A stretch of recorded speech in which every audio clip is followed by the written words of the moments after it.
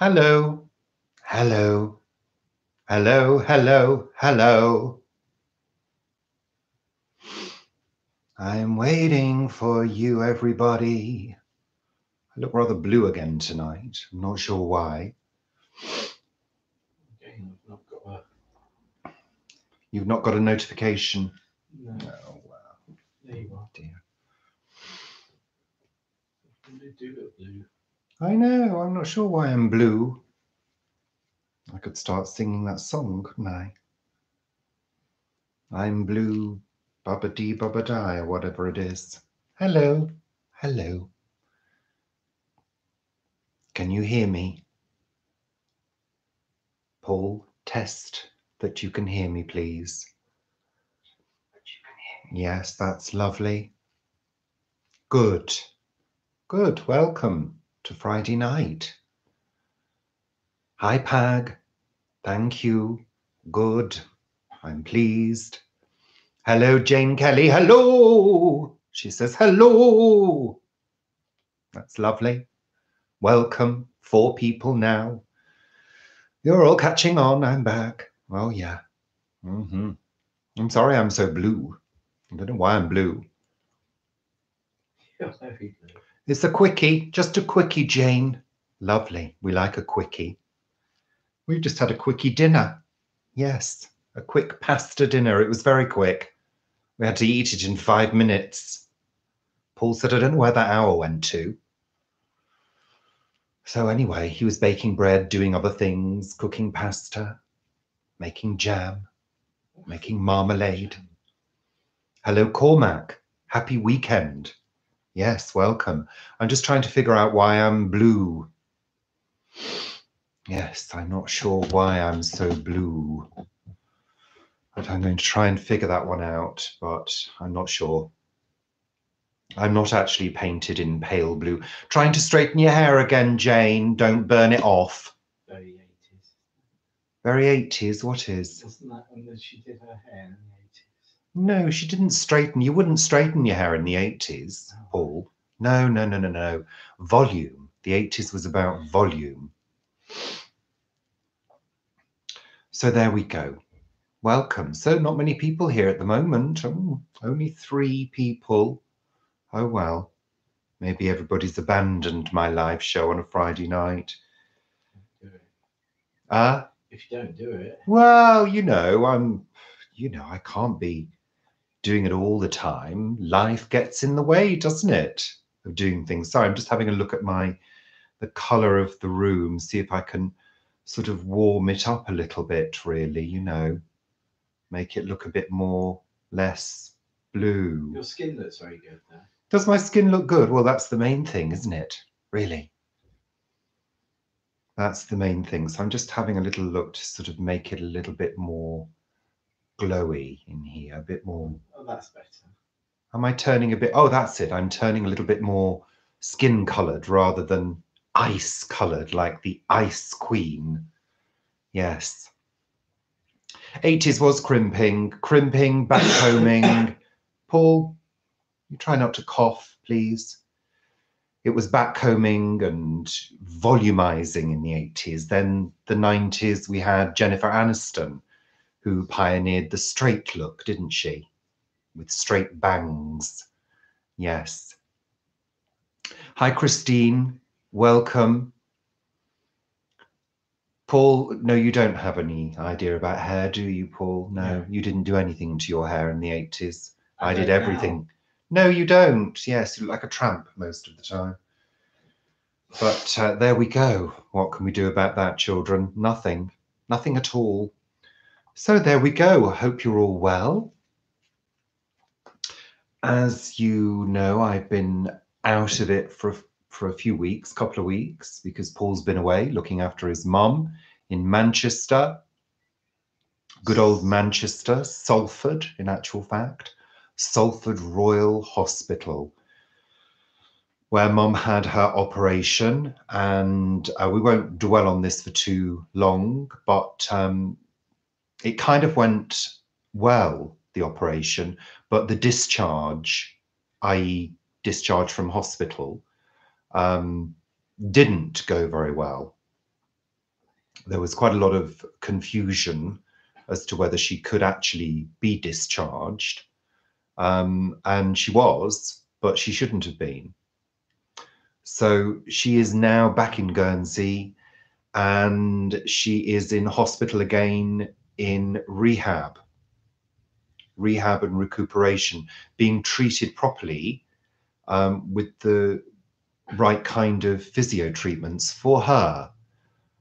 So that's good news, but it's going to be a long process. And hopefully after that, she will get back some mobility. She's already regained some mobility, and the level of pain has really gone down, which is really great.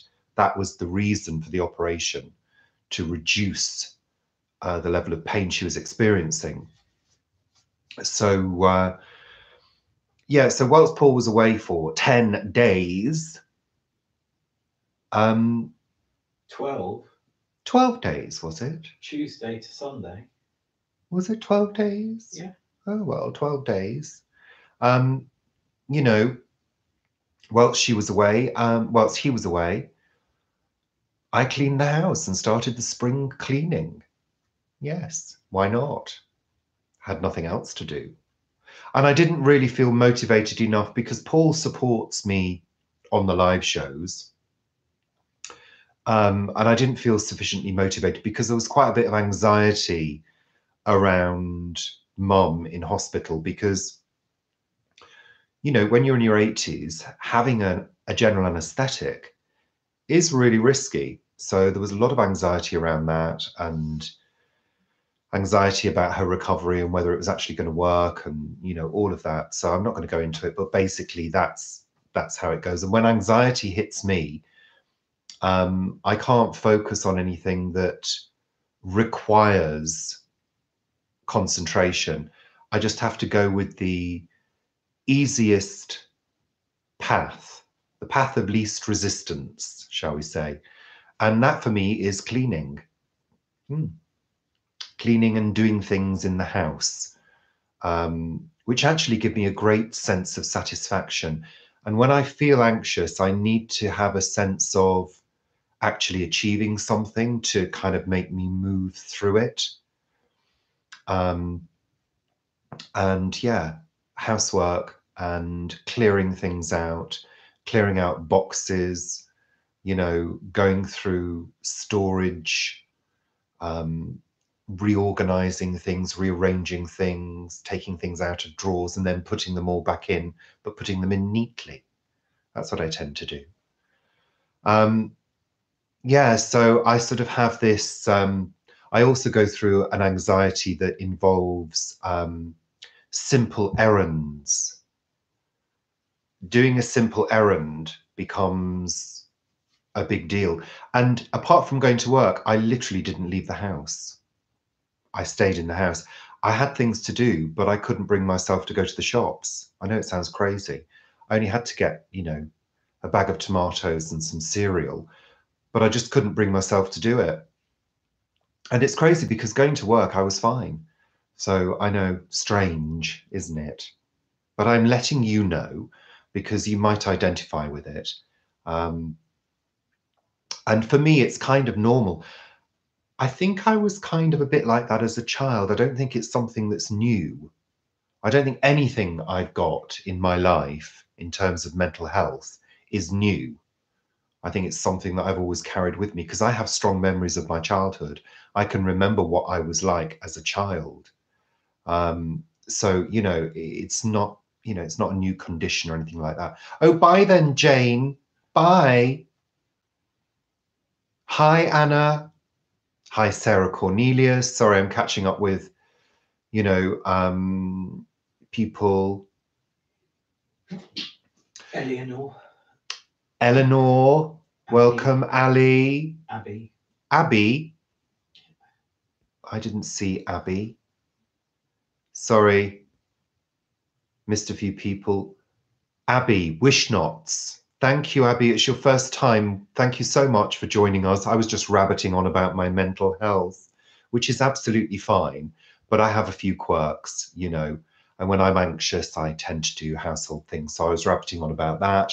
So if you're new to the live, it basically consists of me talking with you like this about things that we can hopefully all relate to and share. So yeah. One door closes and another opens, and in walks me. Linz. Hi, Linz. Hello from Indiana. Hi, the Wyatt Life. Welcome. Thank you very much. So it looks like we've got a couple of new people here. Thank you so much for joining us. Just catching up with your comments. You love my scented mothballs. Well, they're not mothballs, Ali, are they? They're little pieces of wax. Yes, mothballs have got a horrible smell. I'm not a fan of mothballs, but I love lavender. Well, you're very welcome, Lainey. Thank you very much for tuning in. So yeah, so it's been a strange couple of weeks being on my own in the house, which, you know, don't get me wrong, I'm kind of okay with being on my own in the house. I just get on with stuff. And I'm so tired by the evening that I just flake out. So I don't worry about not sleeping. I slept really well when Paul wasn't here, actually. When he got back, I complained to him about his snoring. I did. I hit him. I physically assaulted him in the bed for snoring too loudly. Shut up. Well, yes. I had the bed all to myself. Not that I occupied all of the bed. It's a super king size, but I literally slept on my side. His side didn't get touched at all. So my side never gets touched. What do you mean your side never gets touched? Yours is always wrinkly. I'm the one that smooths the sheets. Yes, I'm a sheet smoother. Yes, I am. I like the bed to be made in the morning. I've not always been like that, but I like the bed to be made, for the duvet to be flipped back, fluffed up, neatened, and the cushions plumped, and the sheet smoothed, ready for the next night. So you look like you're getting into a fresh bed, even though you've not changed the duvet cover for a week. And I change my duvet cover once a week. Now let me share this with you. In the winter, we have 2 duvet covers on, but they're separately covered. It's one of those winter duvets that you can, button together, but we don't. We have 2 duvets. So the top duvet cover, I don't change that. I maybe do it once a month, but the one that we sleep against, I change that once a week. So you have kind of flexibility. You know, if you get too warm, you can take one of them off, you know, but if they're buttoned together in one duvet cover, you can't do that, and you get too hot sometimes in the winter. So there you go. There's another household tip. Darn it, I should have saved that for Wiley Wednesday. Oh, well, I'll just have to come up with something else, won't I? Smooth, smooth, smooth. So, how are you all? Have you missed us? Have you really? I'm sorry that we've not been able to, you know, continually upload videos, but you'll see today there's been one, and yesterday we did one as well. So you've had a couple of new videos, and we will be doing Sunday chat. And what we'll probably do, sorry, I've just got to move my leg. Oh, there we are. What we'll probably do is give you more information on, you know, the stuff that Paul's been going through with Mom, because there's a few niggles that we've got. Even though, and for those of you who are in the United States of America or other areas of the world, you may not know, we have a national health service. So our health service is free. We only pay for prescriptions for medicines, and we only pay a standard charge. Now, the National Health Service, I work for the National Health Service. Part of my post is funded by the NHS. It is a brilliant organization. It's got lots of wonderful, wonderful people working in it. But like any organization, it does have its problems. So there were a few glitches, shall we say, with Paul's mum's discharge and care. And some of the communication around that wasn't great. So an organization is only as good as the people that run it, really. And I don't want to, you know, diss them, because they are brilliant. I've had a number of operations on the NHS which I simply couldn't have afforded to pay for if it was private. So, you know, there we go. So I'm just saying hello to a couple of people. Shaz is here. Hi, Shaz. Sarah, you've not been well. You've had a bad cough. Paul's got a bit of a cough again. I mean, you know, I think it's because his immune system has probably been slightly compromised because he's been away from home, staying in hotels and using public transport. Yeah. And being in hospital for 8 hours a day. And being in a hospital as well. So who else have I missed? John Wilson, Dahlia. So Dahlia, hi. Old Gardener Guy, hi. John, hi. Rob, oh, Rob, yeah. Yes. Hi, Rob. So I hope I've said hi to everybody.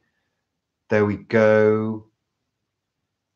Una, good evening. Welcome. David, welcome. Mark and Shane's allotment. Sandy, hi.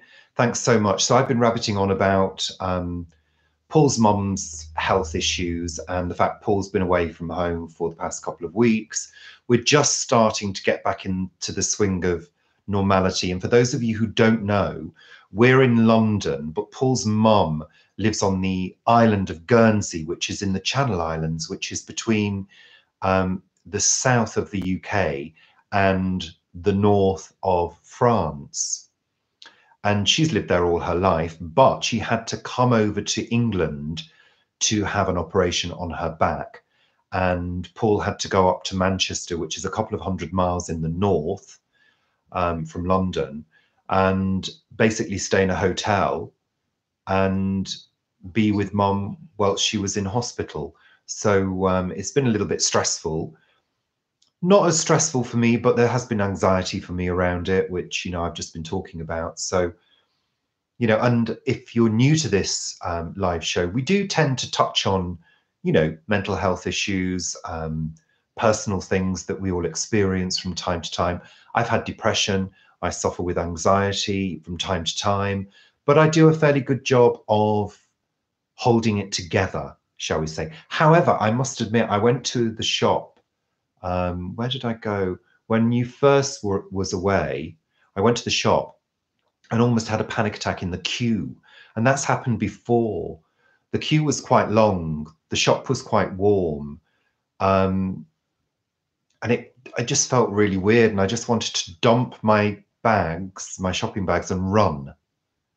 And I don't know why, but it has happened before. And I think it's just anxiety and it builds. And I just want to get out as quickly as possible from the situation. So it's weird, isn't it? We all have these strange things that happen, but generally I'm fine. I'm not a loony or anything. Shouldn't really say that. It's bad taste, isn't it?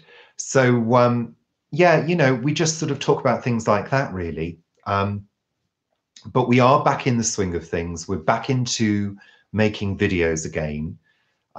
We had a trip out yesterday to a place called Cranley in Surrey to visit our friend Vanessa, Nick, and Charlie, who are opening a reduced plastic shop. So if you've not seen the videos, which are called A Store is Born, there's part 1, which was in January, and there's part 2, which I filmed yesterday. If you've not seen that, go and have a look, because this is the future of shopping. Reduced plastics.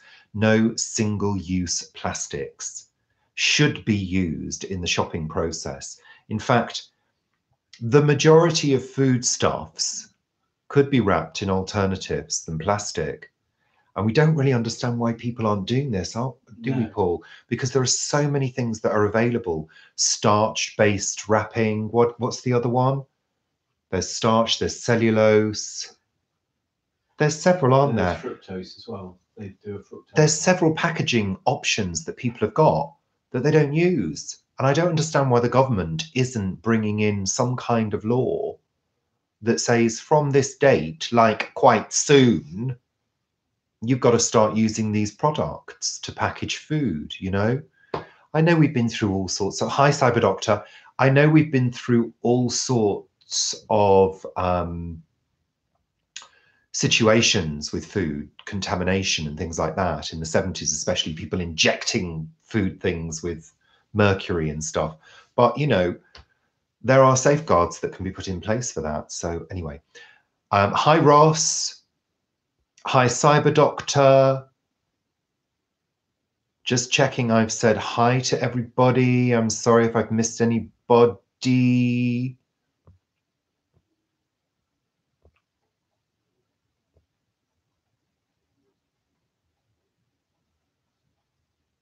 Well, yeah, but you know what? I am a confident person because I learned to be confident. Because I was always very tall, and Pag will relate to this because he mentioned this in his video the other day. I tended to stoop quite a bit. I tended to make myself smaller.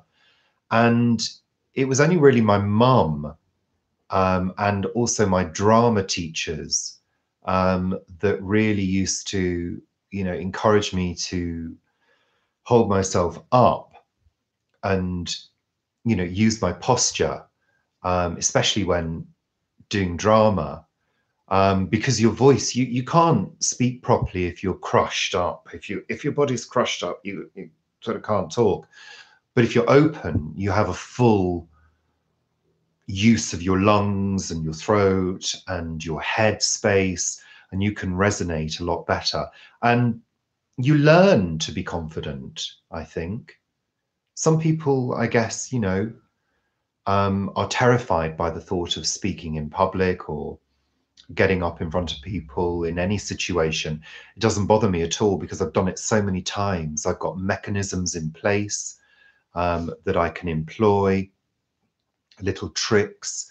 It's like interviews. I've not been frightened of interviews for years, although I haven't had any interviews for years, but it's something that I just have developed confidence for through doing drama. At school, I did public speaking competitions. So that also equipped me for talking in front of people. So it's an air of confidence that you build, and you use all sorts of tools to do it. So there we go. Yes, Andy, absolutely. Brown bags, paper bags. Why aren't people reverting back to paper bags? You know, cardboard boxes, things like that. You know, we always had cardboard boxes at the supermarket. Did you have them, Paul? And you used to go and get a cardboard box and put your shopping into the cardboard box and take it to the car. You didn't have reams and reams of plastic bags everywhere. It's ridiculous. Heather, you know, we're always working on confidence. I have certain situations that, you know, I feel unconfident with, you know. I'm not really sure what. I'm trying to think of them. There are certain types of people that intimidate me. And once that seed of intimidation is planted, it's very hard to get over it because you sort of hold that person in a higher position than you. You somehow have to try and bring them down to your level, you know? So, yeah, but less so nowadays, less so nowadays. I was always frightened of bosses, always felt intimidated by bosses, but no more, certainly not in the job that I'm in now. But there you go. Well, you do have to remind yourself of your talents, and you sometimes have to tell yourself that you can do something, even if you can't. What we used to say when I was a coach, I worked as a life coach for 4 years. And one of the things we used to talk about is if you act a certain way, and I mean act in the truest sense of the word, like pretend, very often the confidence will follow. And you know, there's a syndrome that a lot of people suffer with, which is imposter syndrome. And you get people in highly trained positions of responsibility who have this syndrome. They feel like an imposter. They don't feel as though they are true. They don't feel they can. I can't believe I'm in this position. I didn't really learn how to do it. I'm not, I'm not supposed to be here. And they did train to do it. They can do the job, but they have this syndrome. And a lot of people suffer with this. They get to a certain level and think, how did I get here? What am I doing? I'm an imposter. I'm not really talented. I don't have any training. I can't do this, So think about that. If you turn that on its head and you tell yourself, I can do this, I have trained, I know what I'm talking about, I know what I'm doing, I know the procedures and processes, I can do this, get on and do it, your confidence will rise. You've got to be able to do that. Affirmations can be quite useful. Some people post things around their house on little notes, reminding them that they can do certain things, I've never done that. It's never worked for me. I tried it once and ripped the notes down because they just annoyed me. I find now that my process tends to involve procrastination and thinking about something and writing things down rather than actually just getting on with it and doing it. But sometimes I feel as though I need a plan in place before I make a start. So that's okay, but you have to limit the time that you spend procrastinating. So allow yourself 10 minutes to think and plan, and then make a start and do it. Otherwise, it won't get done. What do you want? What's your goal? I talked about setting goals in a previous video. You have to define and set a goal to aim towards it, and then plan it out, map it out. What are the stages to get to that point? There you go. Or the proper equipment, absolutely. You do need the proper equipment to do a job. Yeah, I've been guilty of starting many a job without having the right tools in place. Pardon me. Yeah, as part of the reason why I started this YouTube channel was to regain a bit of confidence in myself. I'd been through a few issues, and I just wanted to just get going with it, and I kind of just said, oh, sod it. I'm just going to do it. And I just did it. And that was it. And I tried not to think about it. If I think about some things too much, I can talk myself out of it. And I nearly did that with YouTube. I nearly talked myself out of it. And I pulled myself up by my bootstraps. I gave myself a good talking to.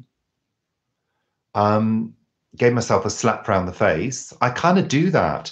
I think sometimes you have to parent yourself, you have to act as your own parent, and you have to coax yourself through something.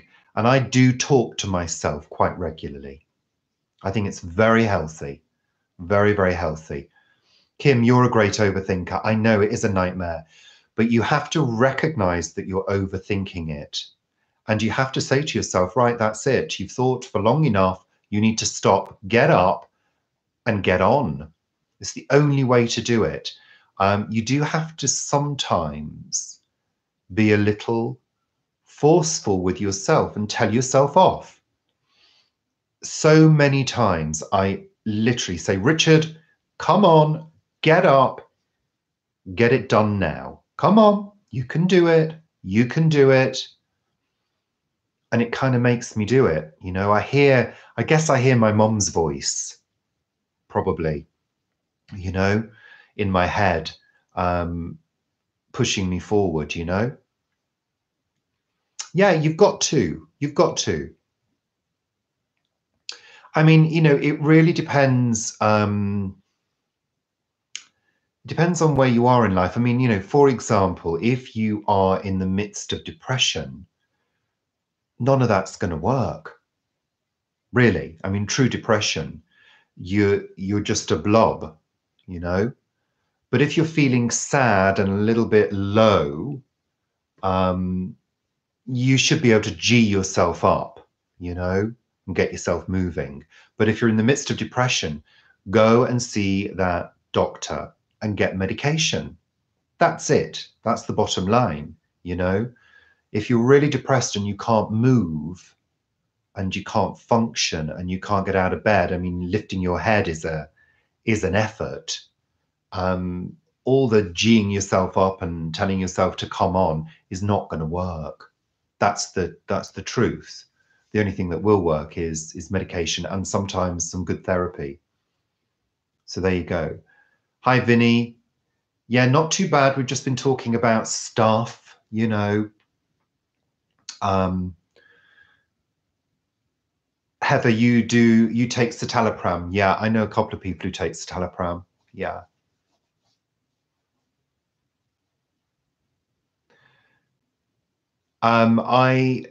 Nancy, thank you very much for your comment. That's great that you believe that. I'm not a believer. I'm not religious. I'm an atheist. So I believe in the power of the human brain and our own innate ability to be able to work the grey matter and do it for ourselves. I don't believe in external influences of a spiritual nature. I believe in meditation. I believe in mindfulness. I don't believe there are any external influences in that way. But I do not judge anybody else for their beliefs because, you know, your beliefs are your beliefs. And if they get you going, if they sort you out, then that is fantastic. I'm not here to judge anybody, you know. I'm a flawed human being like everybody else. I'm not perfect at all. And I embrace my flaws because they are what make me whole. Yeah. You want to start meditating, Vinny. Vinny, meditation is really, really easy to do. It can be as simple as walking around a room watching your feet. Yeah. Concentrating on your feet, your breath, allowing you to, you know, feel the sensation of your feet on the floor as you walk, your breath, allowing yourself to hear the sounds around you, acknowledging them, but not letting them distract you, focusing on your feet and walking gently around a room. That can be a good start. Yeah, I learned that from a psychology class that I went to many years ago. Walking meditation, it can be really useful. I mean, mindfulness is a really good start as well. You know, the best mindfulness exercise you can do to try and quieten your mind down a little bit. You're never going to get your mind quiet because, you know, the minute your mind is quiet, you're dead. That's never going to happen. People who say, oh, I blank my mind. No, that's a physical impossibility to do that. What we do is we quiet the mind down. And the best mindfulness lesson you can do is to sit and be aware of sensation. Be aware of your feet touching the ground. You know, be aware of your breathing. Be aware of the things you can hear. Be aware of taste. And the minute you take the attention from the brain into the physical sensations, the brain starts to calm down. Because when you're anxious, you're kind of on high alert. And I do believe that you're producing adrenaline, cortisol, things like that, which aren't good for the body. You know, those are stress responses that should be used to run away from an enemy or fight an enemy. You know, we don't use them for that. They stay in the body. They're unused resources. So they kind of attack the body. But if you can draw your attention to the physical sensations in your body, feet on the ground, maybe the hands together, How does the, sensation of your hands on your knees feel? Pay attention to your breathing, what's happening there, and immediately you'll start to calm down. That's the simplest mindfulness exercise you can do. So there you go. Hi, Anne. Sorry, I've missed a few people. Hi, Vegan Dolls. I agree, Nancy. I'm a great one for looking up. I like to always check out what's happening in the sky because the sky is so beautiful. And, what's happening with growth. And, when you're in the middle of a city, there's lots of beauty around as well. The architecture, how the light plays on the buildings. People do spend their time with their heads down. I agree. Totally agree. Hi, Nettie.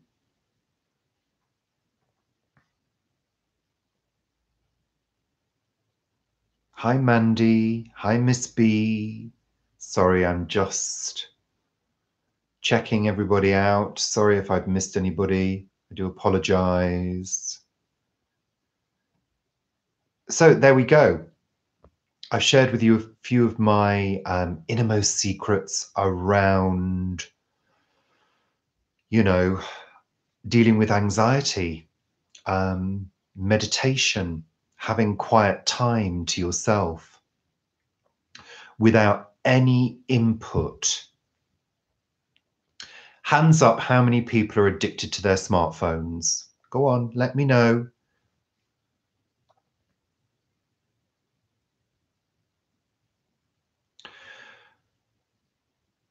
Okay, Karina, the only thing that we sort you out is the winter leaving and spring arriving. Not long Okay. now. Well, I used to think that I had seasonal affective disorder, but I don't. No. And my doctor said this to me. She said to me, but you think you've got SAD, but you've never been here before for that diagnosis in the winter. So what makes you think you've got it now? And I kind of thought about that and thought, no, you know what? Winter is hit and miss for me. And I've actually learned to love the winter. I mean, obviously we're in the UK. We have relatively mild winters. We're not under, feet of snow and frozen in. But it gets very dark. And I know a lot of people in the northern hemispheres do suffer with seasonal affective disorder. But I don't. And I'm really grateful that I don't. I've embraced the winter. For me, sometimes summer, funnily enough, can be a time of great anxiety. And I'll tell you why. It's because in the bright light of summer, I sometimes feel very exposed. And there's also this drive to wear, skimpy clothing, little t-shirts. And if I'm not happy with how I look, I feel really conscious and I find it really hard to shed a coat because I find coats and scarves kind of protect me, They cover up all the bits I don't like, So, yeah, summer can not be great for me. Winter, I have an opportunity to hide away and hibernate, which kind of is one of my favorite things to do. Yeah, I don't really like necessarily being on show in the summer. People say to me at work, do you ever wear shorts? And I say, no, I don't. I don't wear shorts. I only wear shorts or sarongs around the house, and that's it. Because I feel very exposed. So a few of you are saying that you are addicted to your phones. Yeah. Well, I am as well. I love my smartphone because it enables me to keep in touch with you guys on a regular basis. I can look at my Facebook, I can upload stuff. But I find sometimes I have to switch it off, put it to one side, make sure the TV doesn't go on, make sure there's no outside input, and just sit and be and just listen to the ambient noise around me. The sound of people in the streets, the sound of birds singing, the sound of cars going past, the sound of the rain, things like that, help me to just place myself in the world again rather than in some cyber reality. So I think that's a good exercise to do as well. You know, I think that's quite a valuable thing. Take time out for yourself without any electronic digital input. I think they call it a digital detox. I think it's valuable to do that. So, you know, yeah, I think it's important to take control, you know. Yeah. You'd like to be able to take photos and put them on Instagram. Can you not do that, Heather? Oh, hi. I didn't realize Rob from Essayon's Family Garden had joined us. Hi there, Rob. Welcome. So I'm just making sure I've not missed anybody out. Oh, Dustin's here. Okay. Thank you. Sorry if I've missed anybody. I do apologize. Well, yeah, I think I do actually think smartphones are amazing. I really do. I think it's quite incredible how, I mean, I think somebody said that, you know, there's more technology in a smartphone, in a mobile phone, than there was on the Apollo moonlander, you know, which I find quite incredible. And I mean, if I think about back to my childhood, you know, the only electronic gadgets that you really had were calculators. And then I think they brought out little, you know, data things that would store names and addresses. How it's moved on is just amazing. We've got this little tiny computer. I mean, it's kind of like Star Trek come to life, isn't it, really? The Star Trek communicator effectively, you know. Isn't it amazing? I have an Android phone. I don't have iPhone. I've never used iPhone. I'm quite happy with my Android phone. I do find them incredible, but I think we all need to take control. Yeah, there we go. Hello, Kim. I didn't say hello to you, I don't think. Computers did used to be enormous, didn't they? Absolutely huge. I mean, we had desktop computers and they were just huge.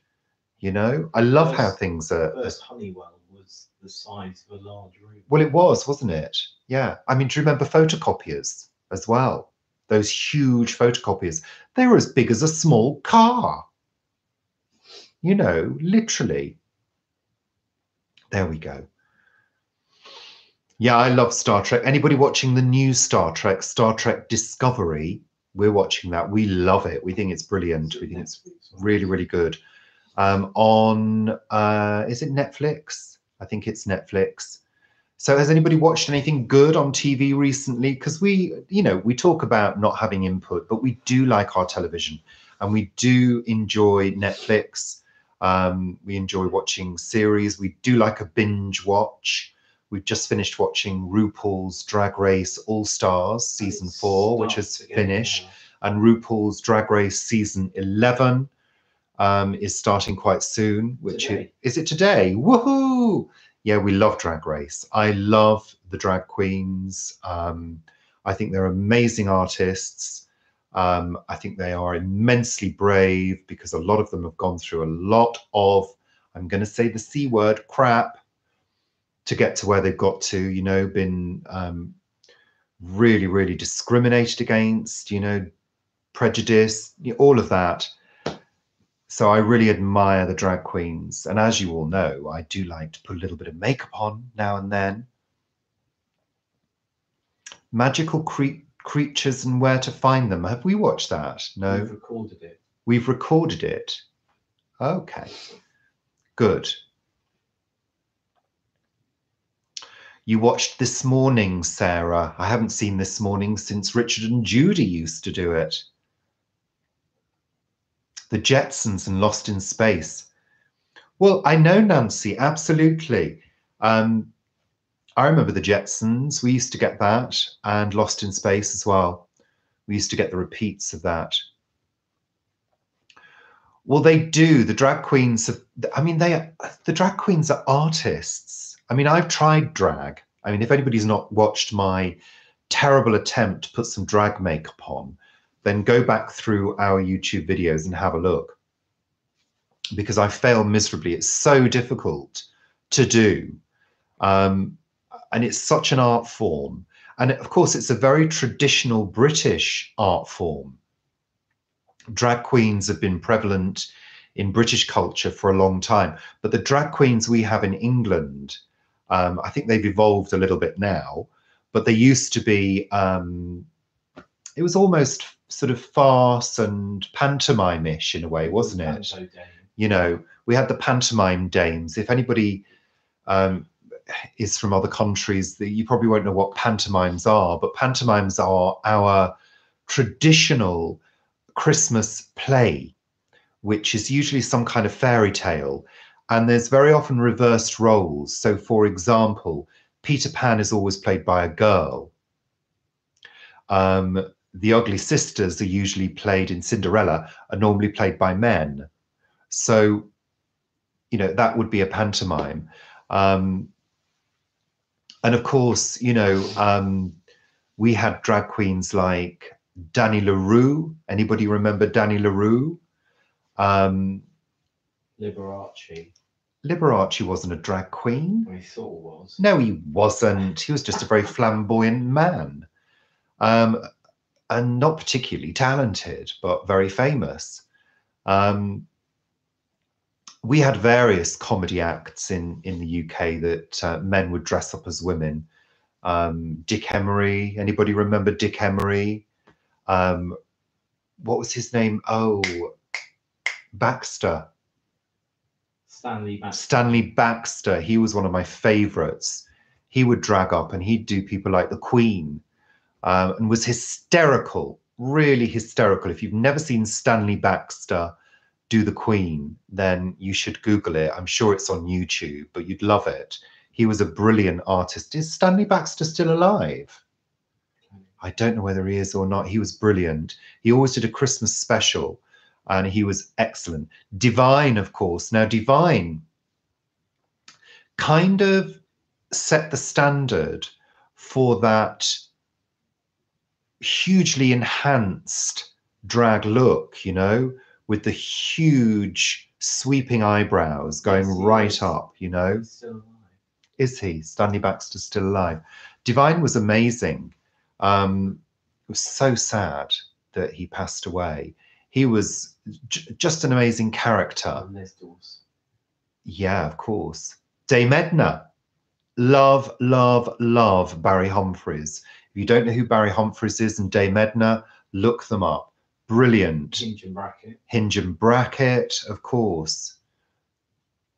Yeah, Les Dawson. Oh, loved Les Dawson. Brilliant, brilliant artist.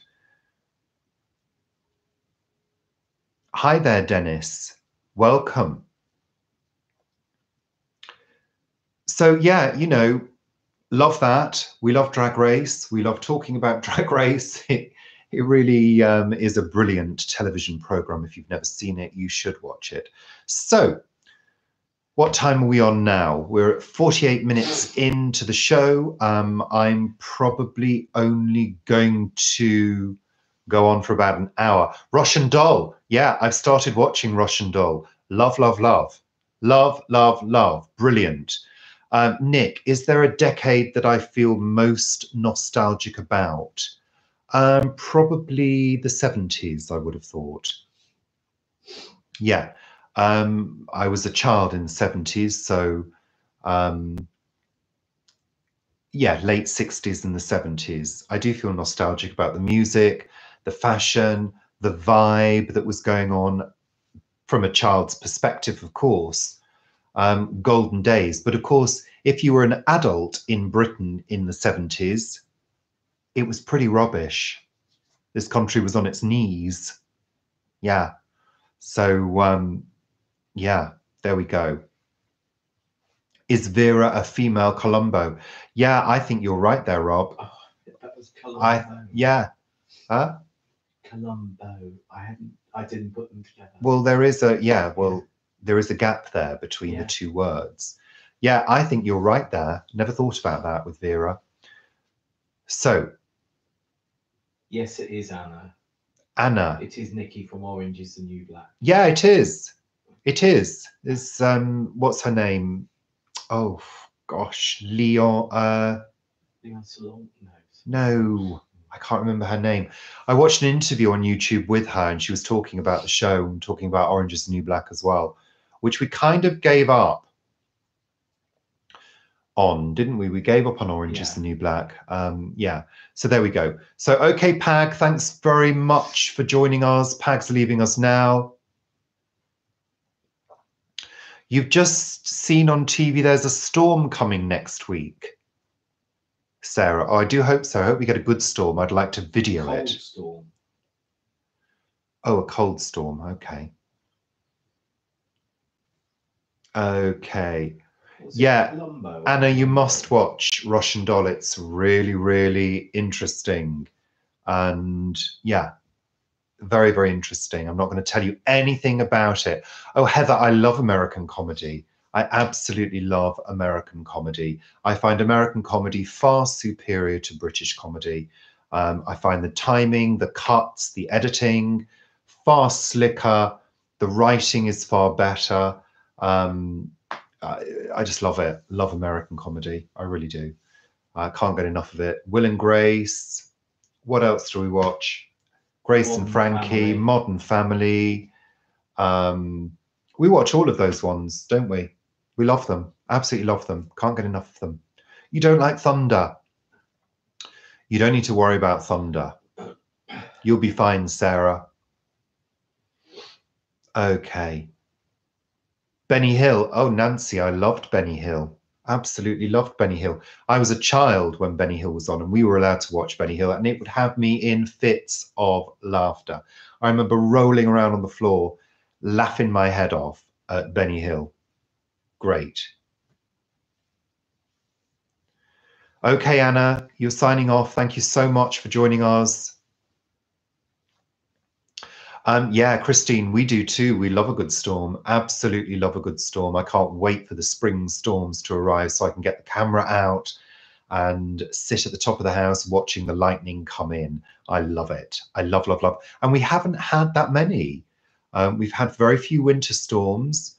In fact, I can't remember hearing any major thunderclaps since last May, Paul. No. No, definitely not. Definitely not.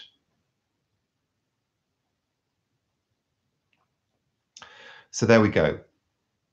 Oh, silly comedy, I adore. I mean, you know, slapstick, silliness is just great. I mean, you know, we need to have a laugh, don't we? We do. Comedy is great medicine. When we've had bereavements, we have normally really gotten into watching comedy or a really good series. Voyager. You know, in fact, when one of our cats passed away, we watched the entire series of Star Trek Voyager. The whole thing. You know, all of the seasons, 9 seasons, straight through. Well, not straight through on one day. Obviously, you couldn't physically do that, but over a few weeks, and it just took our minds off our grief. You know, Modern Family as well. We got into a whole seasons of Modern Family when one of the cats passed away. Yeah. I think it's important to take your mind away from things that you can't control. You know, that's what I try to do. If I can't control something, if I don't have any control over a situation and it's just going to cause me sadness, I need to try and alleviate that sadness. Even if I slip back into it temporarily, that to me is good therapy. You know? The Golden Girls. Oh, love the Golden Girls. We love, love, love. Peter Kay is your favorite. Yeah, well, Peter Kay's comedy is kind of, it's very northern comedy. It's kind of from where I'm from. The northwest of England. So I really relate to a lot of the things that he says, Peter Kay. And yeah, you're right. It's very true life comedy. I just, hear my relatives talking when I hear Peter Kay, because it really reminds me of being up north. And it's, you really relate. Victoria Wood was a genius. We are very big Victoria Wood fans. It was an absolute tragedy when she passed away. It really was. It left a big gap in the comedy community, because she had so much more to give, both as an actress and a comedian. Yeah. Oh, yeah. Dave Allen. Now, Dave Allen wasn't my bag. I can watch him now and appreciate it more, but at the time when Dave Allen was big, it was too sophisticated for me at the time. I was quite young. It was too sophisticated. My comedy leanings sort of came out when people like Victoria Wood and Julie Walters came onto the scene.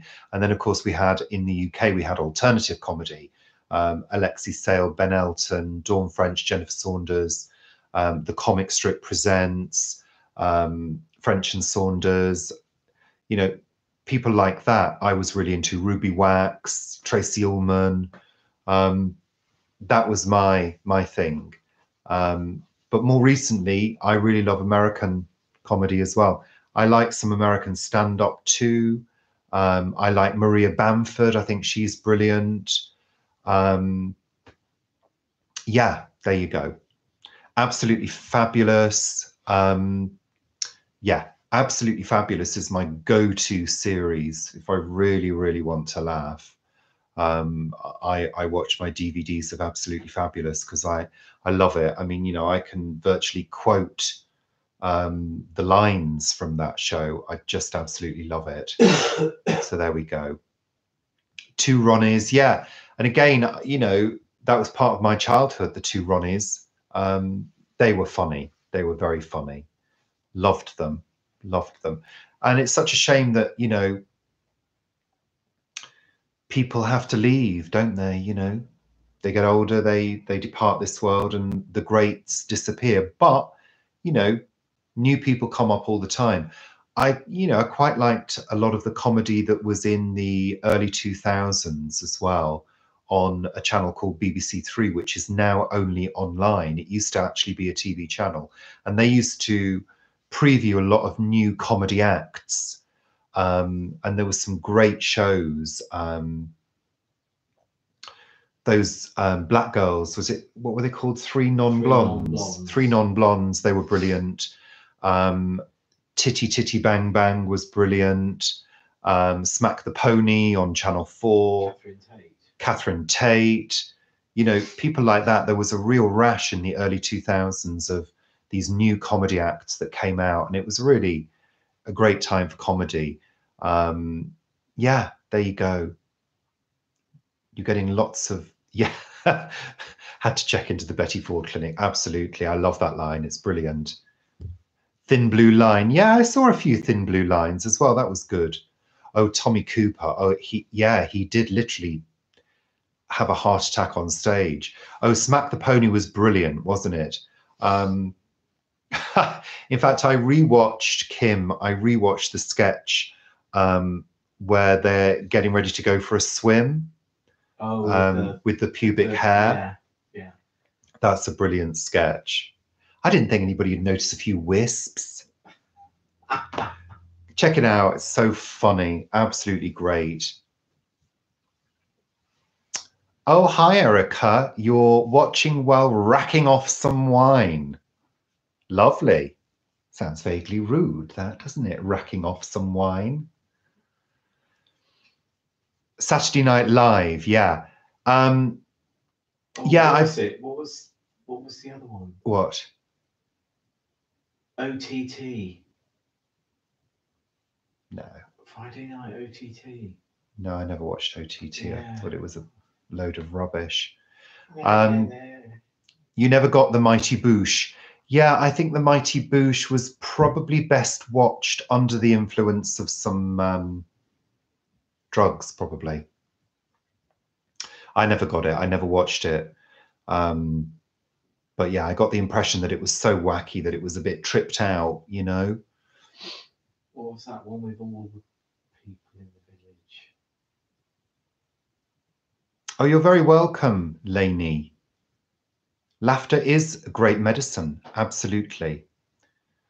I'm just checking out Saturday Night Live. You were talking about, Nancy. I've seen a few Saturday Night Live sketches. I've watched a few on YouTube, and yeah, I agree. Some of the older stuff was quite funny. You see, I used to quite like watching Rowan and Martin's Laugh-In, which was rerun here in, I think it was the late 70s. We had it as a sort of, you know, hello, hello, Kitty. Yeah, there you go, Miss B. You hear what I'm saying? Uh-huh. I think they were toking. Yeah, not the 9 o'clock news. Loved Not the 9 o'clock news. Brilliant. Now that was my era when I was a teenager, so I was really into that. It was bus stop chat. And wasn't it? again, well, school chat, bus stop chat. I didn't go to the bus stop, Paul. Oh, No, I didn't have to get a bus to school. We used to talk about nothing but what was on TV the night before when we were in school, because you only had a few channels. Hi, Mags. Yeah, what an awful name for a channel with a lovely little picture of a cat. MASH, yeah, I used to watch MASH. Hello, Greta. Roland Rat, yeah, I remember Roland Rat. Oh, Soap. Soap, yeah, that was an American show that I loved. Soap, does anybody remember Soap? Brilliant.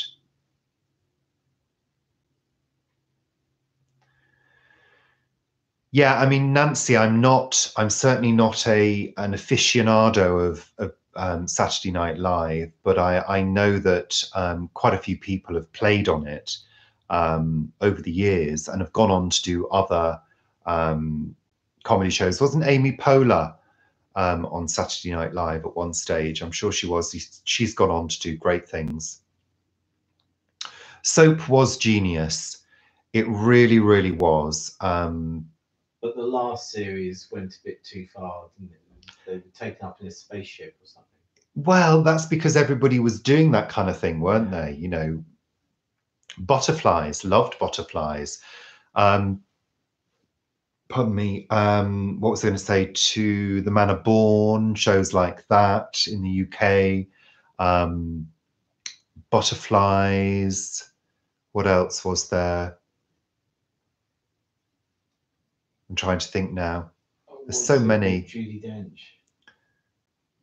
Cheers. Oh, I loved Cheers. Absolutely loved Cheers. Brilliant. Oh, loved it. Shelley, what's her name, was in it, wasn't she? What was her name? Long. Shelley Long. At the beginning. It was better at the beginning, but I did follow it, even when, you know, Shelley Long left and what's her name came in. What was her name? The one that had all the drink and drug problems. Hello there. Welcome. Terry and June. You started watching Strange, the British television show. Seinfeld, Nancy. We loved Seinfeld. Everyone loves Seinfeld. We loved Seinfeld. Oh, goodness me. The episode where she sleeps on that pull-down bed and takes those muscle relaxers. Mork and Mindy. That's so funny. Mork and Mindy, yeah. Gosh, The Good Life, of course. Margot, one of my favorite characters, played by Penelope Keith. Amazing. We're going down our nostalgia route, aren't we, again? Yeah, absolutely loved it. Taxi. I never watched Taxi. I think I caught certain, you know, bits and pieces of Taxi, but I never watched it properly. George and Mildred, of course, with the fabulous Eutha Joyce, who was a wonderful actress. High Ray's Allotment. Wasn't she? She was a depressive, but she was an alcoholic as well, wasn't she? So, you know, You find the two go hand in hand very often. Hi, Hubert. Welcome. The Golden Girls. Yeah, we feel like the Golden Girls sometimes, I tell you. Nearest and Dearest. Oh, That rings a bell, Nearest and Dearest, but I'm not sure anything. I'm not sure it's anything I watched. Keeping Up Appearances, well, of course, that was really, really popular when it first started because she was a brilliant actress, still is. yeah. Max and Paddy. I don't think I've ever seen that. No. What was the school teacher one? The school Ring teacher the Bell one. or something? I don't Where know. they were his language school. Oh, the language school. Hi, Peter. Welcome. Thank you very much for joining us. Steptoe and Son, love it. Okay, you're going now. Thank you very much. Nellie Pledge and the Pickling Factory, Nearest and Dearest. No, never heard of that. No. Ta-ta for now. Love Thy Neighbour. Well, yeah, it was to a point. I mean, a lot of those shows, if you look back at them now, I mean, we watch an old cop drama, which was the first television drama to feature a woman in a major role in the UK, and it's called The Gentle Touch, starring an actress called Jill Gascoigne. Now, when we watch that, it has a warning at the beginning saying the language used, could be offensive, and it is, because they're not only racist a lot of the time, they're homophobic. There's all sorts of sexist comments made, and it's kind of nowadays kind of quite shocking because we do live in a, thank goodness, in a more, well, I hate that word tolerant. You know what? I hate the word tolerant. I can't stand it when people say, oh, we're tolerant of gays now. No, no, no, no, no. You have to tolerate me? Really? Seriously? Tolerant is the wrong word. There has to be full acceptance of all people in this world, unless you're a murderer or a rapist or a paedophile. Do you know what I mean?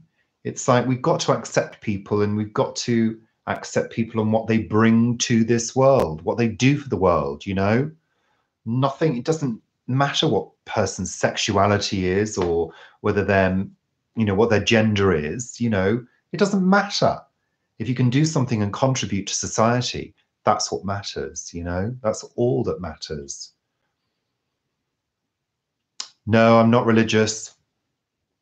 I'm not religious at all. No, I'm an atheist. There you go. Well, thank you very much. Hello, Kitty. I do hope, I just like to rabbit on and hope that you all can, relate to stuff that I say. That's really the purpose of this hour, or 1 hour 8 now. We're overrunning a little bit now, but the In-Betweeners, I've not seen the In-Betweeners. There's a few things that I haven't seen. It's when they go to Las Vegas, isn't it? No, I've not seen that. No, it's Who's the dizzy blonde? Suzanne Summers. Yes, Suzanne Summers. Yeah. I remember Suzanne Summers. And wasn't there Elkie Summers as well? Don't know. Yeah, Elkie Summers. She played the one in Carry On, in sharing the caravan with, she played the scientist doing the archaeological dig. Oh yeah. Carry On England. No. Oh, Paul, we're terrible at Carry On films. We're getting on to Carry On. I do vape. I've got my vape here. I'm just waiting for the opportunity to vape. So I'll do it now, shall I? Shall I do it?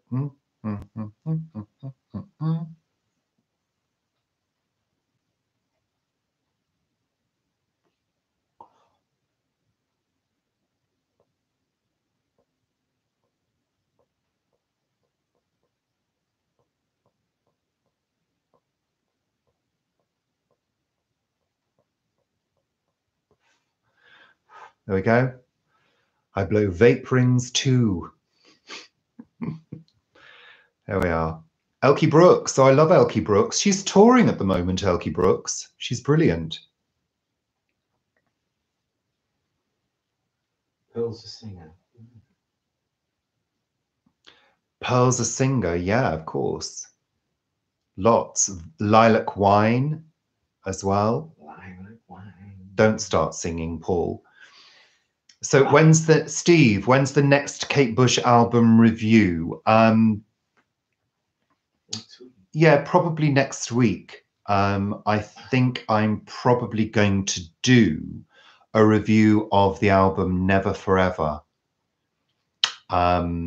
which is probably the first Kate Bush album that I really got into. So yeah, I think I'll be doing that.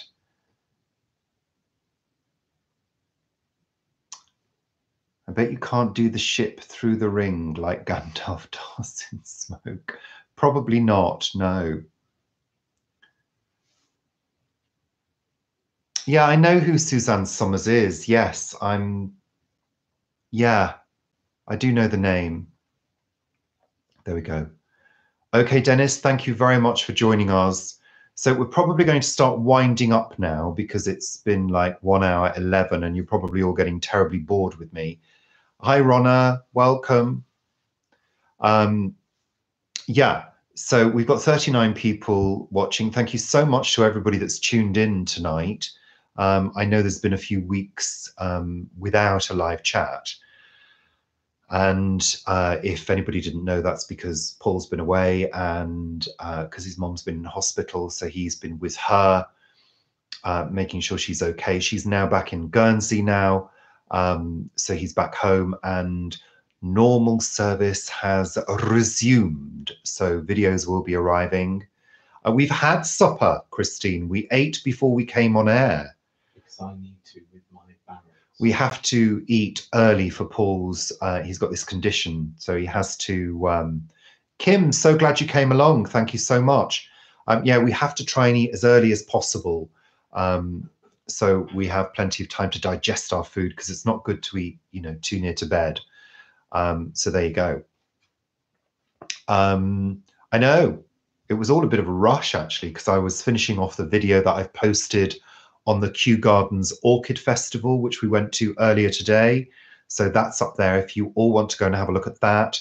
It's quite pleasant. It's really fast. It's, you know, not very long, and it's got some sweet music on it and some lovely pictures of orchids. Now, I know I've said in the past, I don't like orchids. Well, it's not that I don't like them.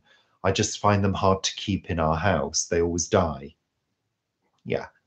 So go to an orchid festival and enjoy them there, because it's much easier. So I took a few photos, did some video, that's on there. And also, if you've not seen already the video I posted yesterday, which is called A Store is Born Part 2, this is the second installment of the story of our friend's reduced plastics shop down in Surrey. So I'd like you to all go and look at that, and also check out her Facebook page, For Earth's Sake.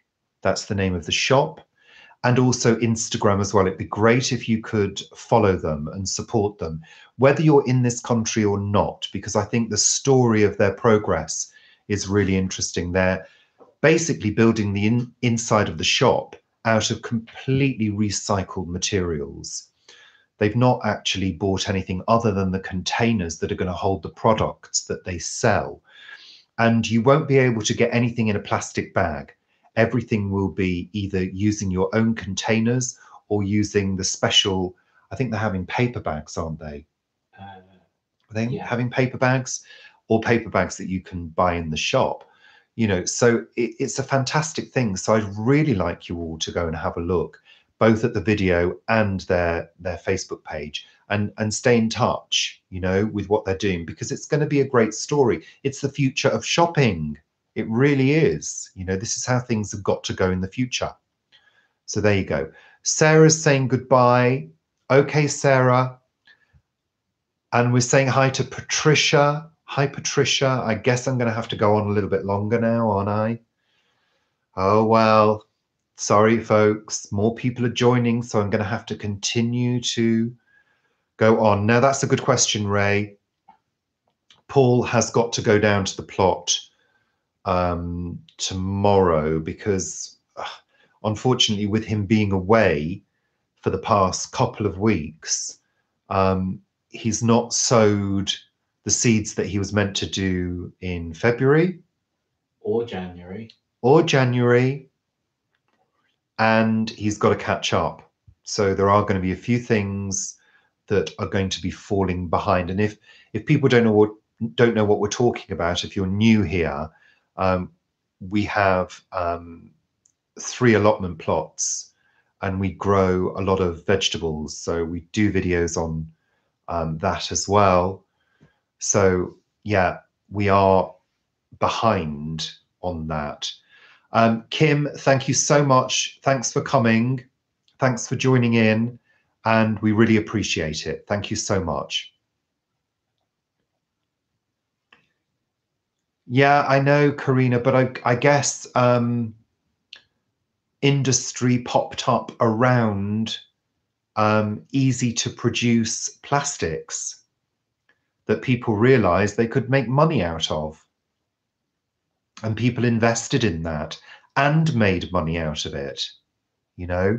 So a lot of these industries are absolutely, pardon my French, crapping their pants because they've got to diversify into alternatives.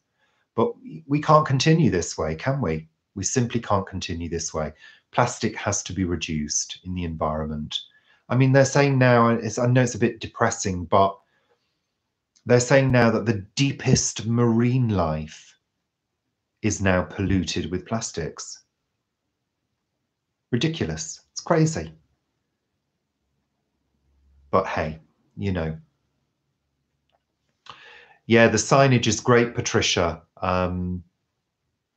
They're doing a really good job, and they're repurposing so much stuff and reusing so much stuff. It's just, I mean, the energy those people have got.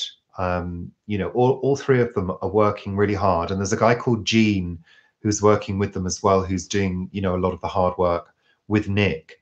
They are incredibly motivated, and it's fantastic to see that. You know, I hope they're able to take some time out soon to relax a little bit.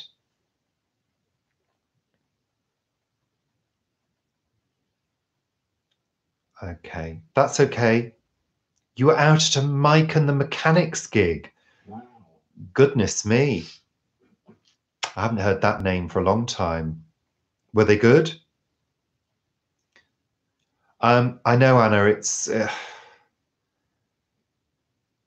there's got to, you know, there's got to be a focus now on what we can do to not add to that pollution. And I know there are a number of projects at work at the moment. Sorry, I've just got to move because I've been sat in the same position for a long time. I know there are a number of projects looking at how we clean up the environment in terms of the sea. But that's not going to help the creatures that are already polluted, that have already ingested the plastics. So I don't think there's an awful lot we can do about that. I really don't. Unless somebody can come up with some kind of counter chemical. But that would, can you imagine trying to administer that into the sea? I mean, it's not going to work, is it? They need to clean up, and we need to stop putting extra plastics into the environment. And you know, it's really difficult for a lot of people to do that. But we need to try harder. And we need companies to stop doing business with governments, enabling companies to produce more plastics. You know, I mean, if you think about, I mean, really seriously think about this for a moment. For example, you go to a British seaside town and you go into any of the gift shops, which, you know, the adults take their children to every time they go on holiday to buy their bucket and spade and, you know, their kite and whatever else they use on the beach, their beach ball, blah, blah, blah. Those kind of shops there are many of them in the UK, and they're packed to the rafters with useless tat, plastic tat. Now, unless there is a way to safely dispose of all of that plastic tat, most of that is going to end up eventually broken or discarded in landfill or in the sea. It is. That's it. And there are hundreds of those shops. That kind of thought, and I'm sure in other countries there are as well, that kind of thought really frightens me. So, you know, what are our governments doing to reduce all of that and actually educate people and say, look, you know, the way forward is this, not this. We need to take steps immediately to no longer do this kind of thing, you know? You know, it's frightening. But anyway, it's a bit of a downer, and I don't want people leaving in droves just because I'm getting political. But it's true. We all need to give it some thought, you know. Well, I'm sure, you know, bucket and spade is actually quite a good example because, you know, those things get discarded and become tatty and get thrown away. But I'm sure there are alternatives to a bucket and spade. I'm sure there are alternative materials that can break down if they are accidentally left on a beach or in the sea, that can harmlessly break down. I'm sure there must be, you know. Well, even metal ones will break down. Well, yeah, because they'll rust and become a natural product. Yeah. Well, even a wooden one would, you know. I don't know. We need to think in a different way now. You know, plastic became king, didn't it? You know, and look at what plastic is made of. It's very often made out of oils, isn't it? But it's made in such a way that it won't. Well, plastic is made out of oils. But also you've got polyethylene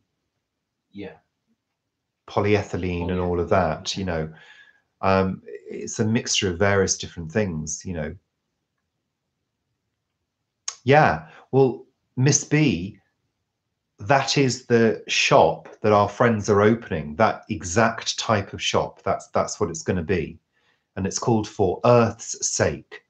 So check it out because it's going to be big. Well, the thing with trees, Heather, is that most countries have got an agreement now to replace the trees that have been felled. It's a managed, sustainable, like Paul's just said, it's managed, sustainable forestry. So, you know, I think we've got a handle on that now in terms of wood. When I was a child, the whole thing was around paper, not wasting paper, because there was at one point talk of a paper shortage. So, you know, each generation has its own challenges, you know. Okay. Yeah, but Mags, those are not classed as single-use plastics. You know, they're very often used long-term. The enemy, I think, is single-use plastics and plastics, quite frankly, that are used to produce tat. You know, for example, children's toys that are played with and broken very quickly and then discarded because they can't be mended. You know, everybody's seen that. That's ridiculous, you know. We need to be in a society where things can be mended, repurposed, you know, recycled. No, I don't know, Heather, either. You'd have to check it out, but it certainly is in the UK. Very much so. Yeah, I agree, Miss B. I know the thing about the governments is when they decide that they're going to pass a law or a bill, they do it. and they do it virtually overnight. Yet when it comes down to things that we want, oh, it has to go through the proper channels and we have to vote on it and we have to do this, we have to do that. And it takes forever. It can take years. I mean, look how long criminal cases take to go through court. It's ridiculous. So, the system for dealing with things like that is far too slow as far as I'm concerned. It really is. Heather says many things are so poorly manufactured and aren't meant to last. Well, they're not. I mean, we've got something that people talk about, which is built-in obsolescence. That's it. That's what I was trying to think. And, there is a theory that a lot of our machinery has got built-in obsolescence. So after a certain number of years, a piece of it breaks down and it is deemed obsolete. You can't replace it, which is absolutely ridiculous. And it's all born of greed. All of it is all born of corporate greed, the need for the fat cats, the ones that have made loads of money, to continue to make lots of money and stay at the top of their game and stay in the lifestyle that they have become accustomed to. That's it. So they can elevate themselves above the dregs of society where we all sit, the normal plebeian people. Yeah? Because they don't want to have to take public transport. They don't want to have to live in a small house like we do. It's kind of, what's wrong with our lives? Our lives are fine. Thank you very much. Why do they have to be excessive, taking private jets, spending loads of money on petrol and transport all the time, huge carbon footprint? A lot of these people don't really care about us people down at the bottom. They really don't. It's all greed. Exactly. You know what? It's the way it goes. It's the way it goes. That is the society that we live in.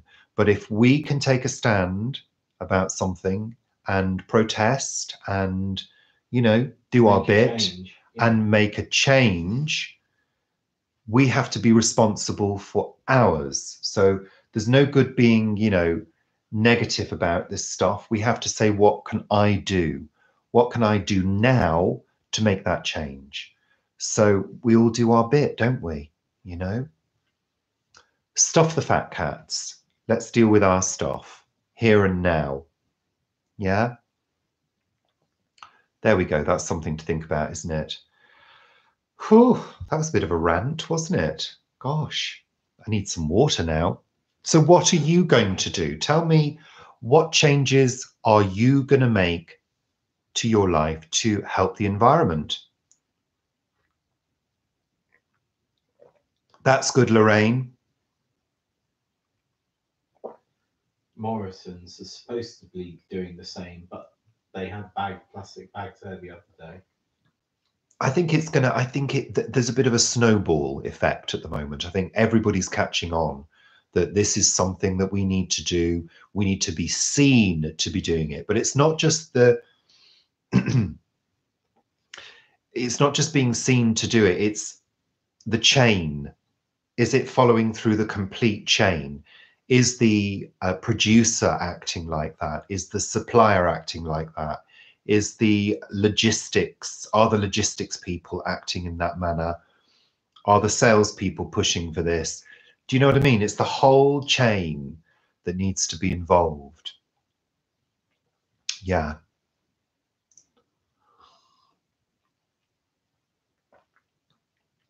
There we go. What are you doing today?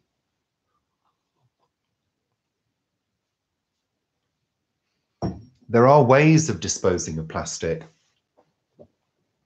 and there are certain processes that can break down plastic back into its sort of oily constituents, but they're not widely used. There are special digesters that can break down plastics for use as fuel. And Paul is involved with a project about exactly that.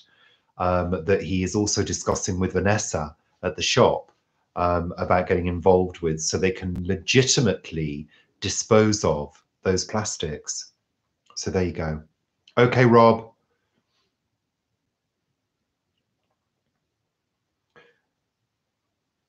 That's good. That's good that you've got biodegradable bags. That's excellent. That's what we need. You moved your seedlings to the polytunnel. Okay, you repurpose anything you can. Paper pots and toilet roll center pots.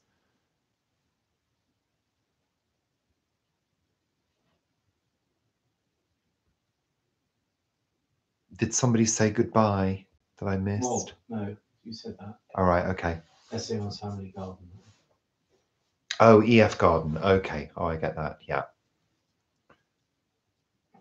Yes, I've seen that, Miss B. There are certain structures, certain buildings that can be made out of plastic bottles, and they will stay in place for a long, long time. Fabric bags, yeah.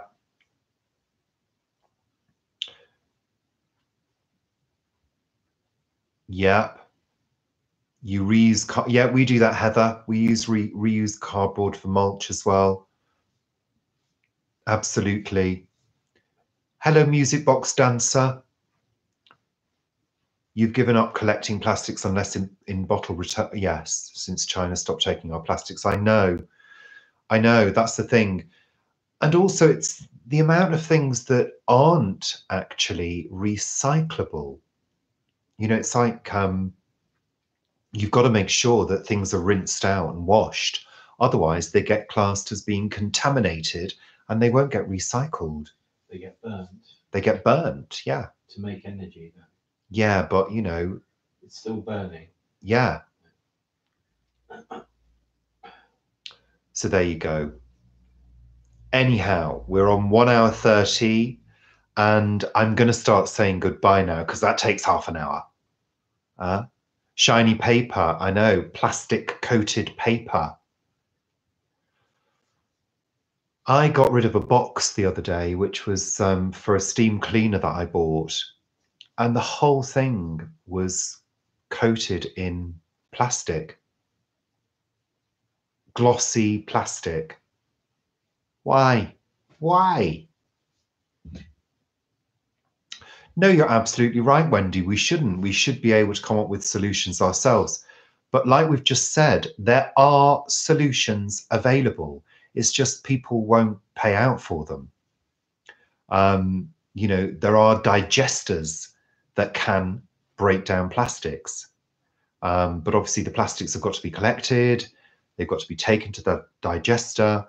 And that process takes time as well. So, you know, but companies need to invest in those technologies now, or else we all drown in a sea of plastic, basically. I know, it is visual appeal. It's all, like I said before, it's about the chain.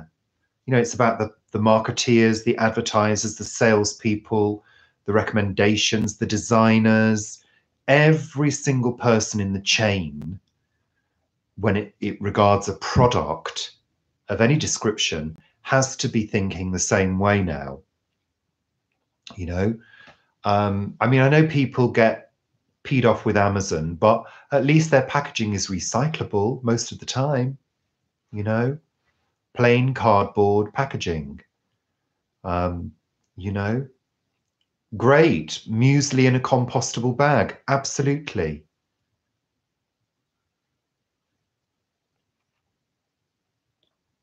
Glad to see that magazines are starting to come in them. Yeah, magazines are coming in compostable bags as well. Absolutely. Okay, so I'm saying goodbye now. I think I've given you lots of food for thought there. There are ways to do it. We can do it, but everybody needs to get on board. That's the message, I think, in all of this. You know, we all have to be singing from the same song sheet, as they say. So I'm going to say goodbye. And thank you very much for joining me. If you haven't already subscribed to our channel, please do. I know there's been a few new people join us tonight. Thank you, Wendy. So, please subscribe. And, we do upload regularly. There has been a break recently for reasons we've talked about earlier. The next video will be Sunday chat on Sunday.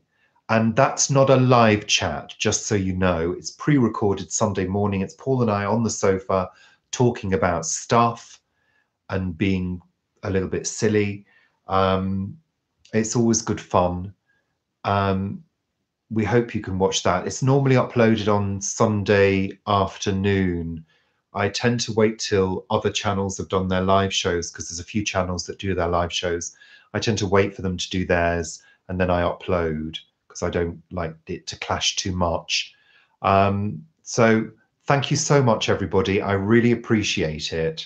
It's been good fun. It's been great to be back, and you've all been lovely. Thank you so much. So I'm going to say goodbye. So you better get your goodbyes in now before I press the end stream button, which I will do shortly.